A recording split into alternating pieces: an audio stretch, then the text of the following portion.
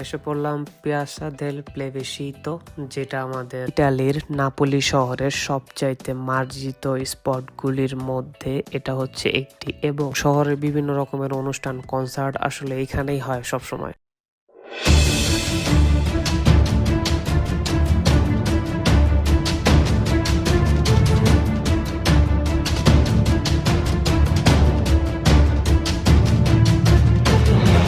প্রচুর পরিমাণে টুরিস্ট এখানে, টুরিস্টের থেকে বেশি হচ্ছে স্টুডেন্ট, কারণ বিভিন্ন শহর থেকে ইটালির বাহির থেকে এখানে আসা হচ্ছে স্টাডি করার জন্য। ইটালির ব্যাকগ্রাউন্ড হিস্টোরি নিয়ে প্রত্যেকটা স্টুডেন্টের জানা আছে, আমাদের দেশে নাই। এই দেশের ঐতিহ্য নিয়ে ওদেরকে স্টাডি করা স্কুল থেকে। জায়গাটা আসলে আরো সুন্দর, প্রচুর পরিমাণে টুরিস্ট। নিজেও একজন টুরিস্ট হয়ে গেছে এখন বর্তমানে, নাপোলিয়ান প্রবাসী হিসেবেও আমি এখন টুরিস্ট, কারণ আমি নাপোলিতে ঘুরতে আসছি। তো কার কাছে কেমন লাগতেছে অবশ্যই আপনারা কমেন্ট করে জানাবেন। আশা করি আপনাদের কাছে ভালোই লাগবে। শহরটা আসলে অনেক সুন্দর। এমনিতেও এই শহরে আপনার অনেক হাজার বছরের পুরনো সব ঐতিহ্য ওরা যেভাবে মেনটেন করে রাখছে, আসলে শহরটা সুন্দর হওয়ারই কথা, এটাই স্বাভাবিক। আমি আর একটা মিউজিয়ামের দিকে যাইতেছি এখন, চেষ্টা করবো এখানে যাই আপনাদেরকে আর একটু ভালো কিছু দেওয়ার জন্য। আমার বেস্ট ট্রাইটা করবো আপনাদের জন্য। আমার ভিডিওর মাধ্যমে আপনারা মোটামুটিভাবে বলি যেই ভালো ভালো মিউজিয়ামগুলো আছে, ভালো ভালো দেখার মতো কোনো কিছু আছে যেটা আপনারা মোবাইলেই দেখতে পারেন, কষ্ট করে নাপোলি আসতে হয় না। নাপোলি আসলে তো কোনো কথাই নেই, নিজের চোখে যখন দেখবেন তখন আরও আপনাদের কাছে ভালো লাগবে আসলে নাপোলিটা কত সুন্দর। মজার বিষয় হচ্ছে অনেকে অনেক কথাই বলছে নাপোলি নিয়ে, যে সেন্টারে গেলেই হবে, ওইভাবে সাবধানে থাকবো, এই করে সেই করে। আসলে এরকম কোনো কিছুই এখানে নাই। এটা একটা মানে না আসলে তারা বোঝা যায় না। এই হচ্ছে টিকিট লাইন। সো 10 টাকার জন্য টিকিট কাটতে হবে এখন এখানে যাওয়ার জন্য। যদি 18 বছরের নিচে হইতাম সেই ক্ষেত্রে 2 টাকা লাগতো। এখন হচ্ছে আমি 18 বছরের নিচে, 18 বছরের উপরে উপরে উপরে এখানে আছে কাউন্টার বক্স, এর প্রয়োজনীয় জিনিস আর এখানে লিখে যেতে হবে। মোবাইল নেওয়া যাবে কিনা জানি না, যদি মোবাইল না নেওয়া যায় তাহলে আমি যাবো না। আর আমি যখন ভিডিও করতে, ঠিক আছে, যদি ভিডিওই না করতে পারি সেক্ষেত্রে আমি এখানে 10 টাকা টিকিট কেটে আমার নিজের চোখে দেখার কোনো দরকার নেই। আমি ইটালিতে থাকি, আমার ইটালি সম্বন্ধে জানা আছে যে ওনাদের এখানে কোনো জিনিসপত্র যত আবাসপত্র আছে এখানে রাখা যায়, খুব সুন্দর দেখতে, এটা আমি জানি। আমি আপনাদের জন্য যাইতেছি 10 খরচ করে টিকিট নিয়ে, ঠিক আছে, আপনাদের দেখানোর জন্য। যদি আমি মোবাইল নিয়ে না যেতে পারি সেক্ষেত্রে আমার তো কোনো যাওয়ার প্রয়োজন নেই। দেখি কি হয়।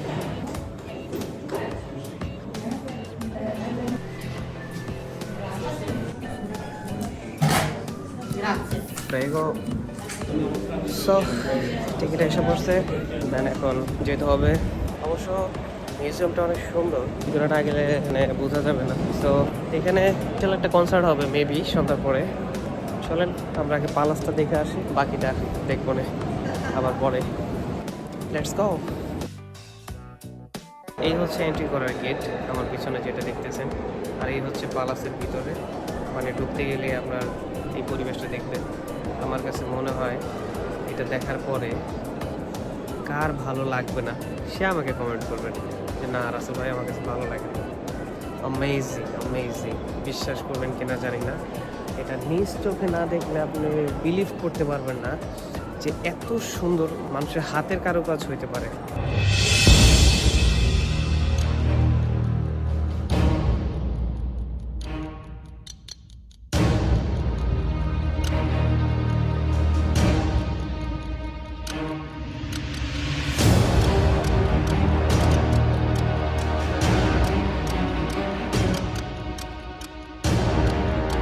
এই হচ্ছে উপরে ওঠার সিঁড়ি, দেন আমরা এখান থেকে স্টার্ট করব। এখানে প্রচুর পরিমাণে স্টুডেন্ট ছিল, তাই আমি আপনাদেরকে শর্টকাটে আসলে দেখানোর চেষ্টা করলাম।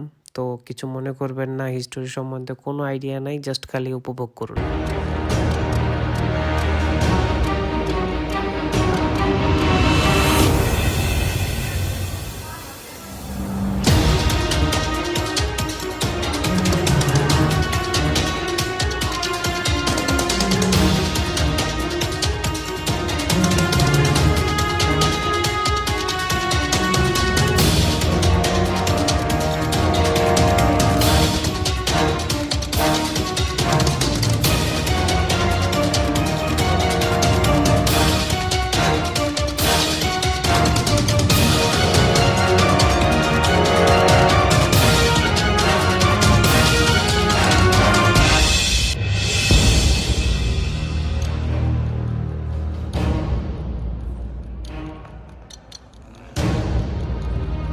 আবার দেখা হচ্ছে সবার সাথে পার্ট 3 নিয়ে।